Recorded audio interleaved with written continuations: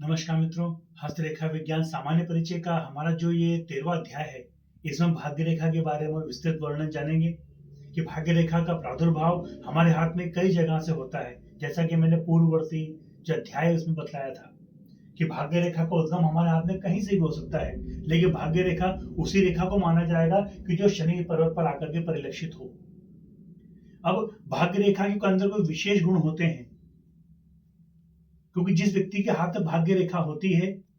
शुद्ध अवस्था में होती है, वो व्यक्ति भाग्यशाली माना जाता है, ऐसा प्रायः कहा जाता है और ऐसा प्रायः मैंने अपने रिसर्च के अंदर देखा भी है। अब जैसे हमारे सामने हाथ का एक चित्र परिलक्षित है, इस चित्र में हम देख रहे हैं कि जीवन रेखा शुद्ध अवस्था में है, मस्तिष्क हृदय रेखा पूर्ण बनी हुई है। साथ ही हम देख रहे हैं कि भाग्य रेखा मणिबद्ध से प्रारंभ होकर के शनि पर्वत की ओर जा रही है। इस प्रकार की जो भाग्य रेखा होती है बहुत कम लोगों के हाथ में पाई जाती है,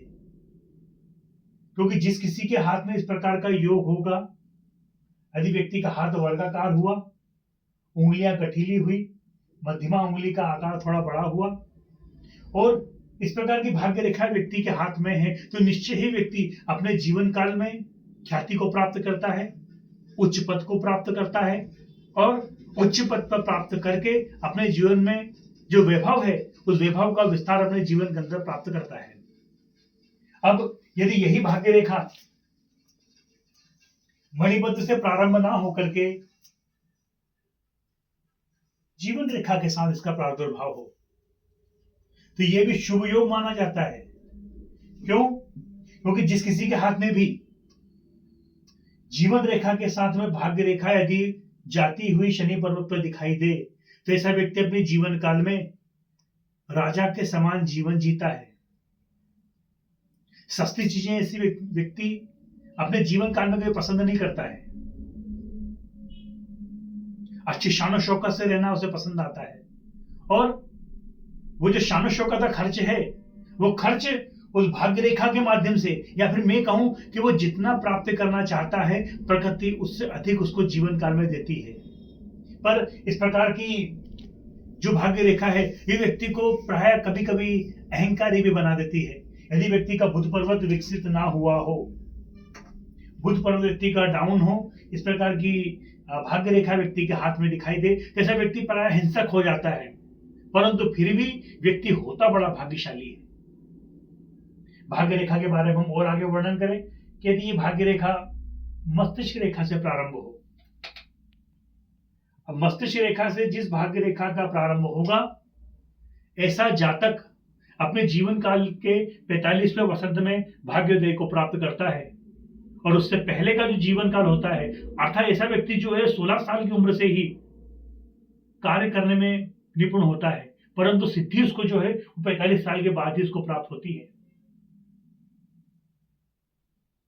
अब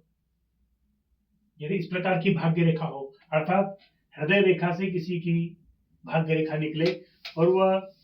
कई शाखाओं में विभक्त हो, तो ऐसे व्यक्ति का जो बुढ़ापा है बड़ा सुखमय बीतता है। अब भाग्य रेखा के एक अच्छे योग के बारे में बात करते हैं कि यदि यही भाग्य रेखा व्यक्ति के चंद्र पर्वत से प्रारंभ हो, किस प्रकार की भाग्य रेखा को धारण करने वाला जो जातक होता है या जो जातिकाएं होती हैं, वे बहुत दिलेर होते हैं, परंतु ऐसे जातकों का जो भाग्योदय है वो प्रायः विवाह के बाद ही ऐसे व्यक्तियों का भाग्योदय हमने अपने जीवन काल में, अब मैंने रिसर्च के अंदर पाया है। अब यदि इस प्रकार की भाग्य रेखा यदि उच्च मंगल से प्रारंभ होकर के शनि पर्वत की ओर आए, तो ऐसा व्यक्ति निश्चय ही जीवन काल में सेना में उच्च पद पर पहुंचता है और उच्च पद पर पहुंच करके देश और राष्ट्र की सेवा अपने जीवन काल में करता है। इस प्रकार हमने भाग्य रेखा के कुछ योगों के बारे में हमने चर्चा किया। आगे आने वाला जो हमारा अध्याय रहेंगे, इसमें भाग्य रेखा के बारे में हम और विस्तार से जानेंगे। तब तक के लिए जय श्री राम।